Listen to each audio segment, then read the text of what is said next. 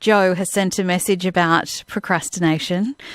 Joe says, I'll let you know tomorrow. I have been asking you this morning how you procrastinate. What things do you do to procrastinate? And probably also get to understand that some people, the things you do to procrastinate, other people procrastinate from, especially cleaning 10 types of things. Now, are you the sort of person who does procrastinate, or maybe you're the sort of person who just gets a task and gets straight to it? Well, some of us find side quests, like deciding you need to clean the oven or something like that, when it doesn't really seem that urgent, but for some reason we decide that needs to be done all of a sudden. Author and psychology consultant Dr. Joe Lukens is with me. Thanks for being with me this morning. Good morning, Susan. So what is procrastination, and how is it defined in psychological terms? Yes, so it's certainly something I think we're probably all very familiar with. So it's that, like you've just described so beautifully, it's that act of delaying or postponing tasks or decisions despite the fact that we know that it either needs to be done or there might be a negative consequence if we don't do it. So it's psychologically, it's a voluntary thing that we do, but it's generally counterproductive if we continue to avoid whatever the task is. Yes. So why do we do it? Oh, so many reasons. So many reasons that we might do it. From the psychology perspective of things, sometimes it might be we might avoid a task because we're worried that we're not going to be successful at it. Sometimes we will avoid a task because it's boring and we just don't want to do it. I don't wanna. It just feels there are other things we would prefer to do, so it's not our preference. Sometimes we're perfectionistic in our styles, so rather than not do it perfectly, we just avoid doing it altogether. Sometimes we might not feel as confident. So there's lots of different reasons why, but having understanding, if we all can self-reflect and be mind-wise about why am I avoiding this task, that helps you on the path then to getting it done. So then, how does procrastination, can it affect our mental health and overall well-being if we are procrastinating on things we might not necessarily want to do? It can do. So I guess what happens there's almost like two processes going on at once. So I'm avoiding the task, whatever it is, and whether it's because it's tedious or because it's hard, whatever that might be.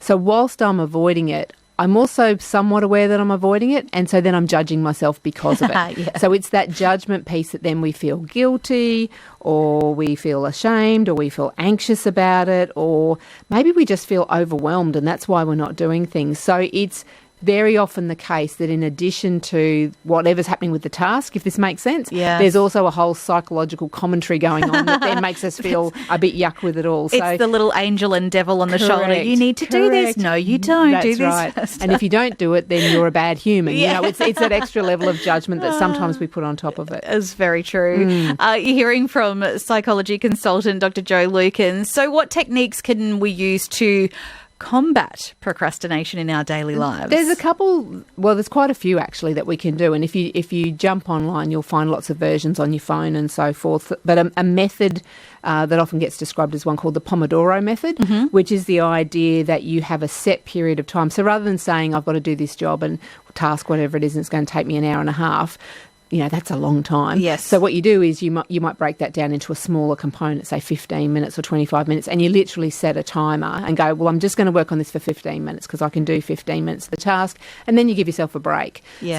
So that Pomodoro method gets, I guess, demonstrated in lots of different ways. And of course there's apps and little tools that you can buy for those sorts of things.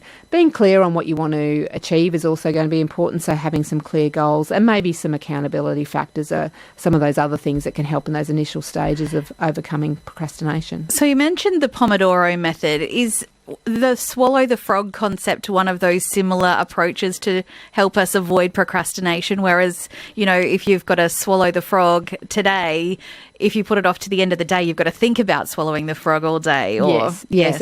And I hope he's not listening, because I've literally just had this conversation with my teenage son because he wanted to get his hair cut.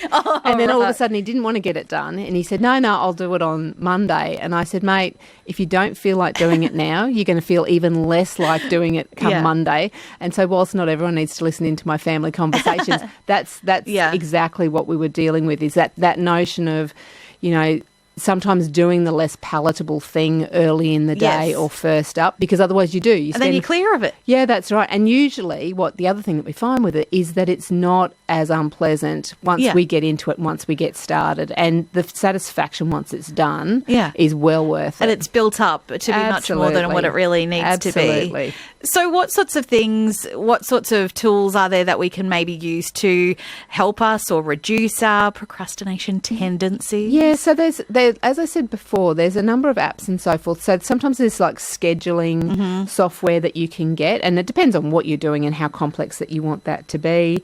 I don't know if anyone's seen, there's a great little productivity app where you build a forest. I don't know if anyone's ever seen that. So it's a bit like the Pomodoro in that you have set periods of time, but it really does keep you accountable, because each time that you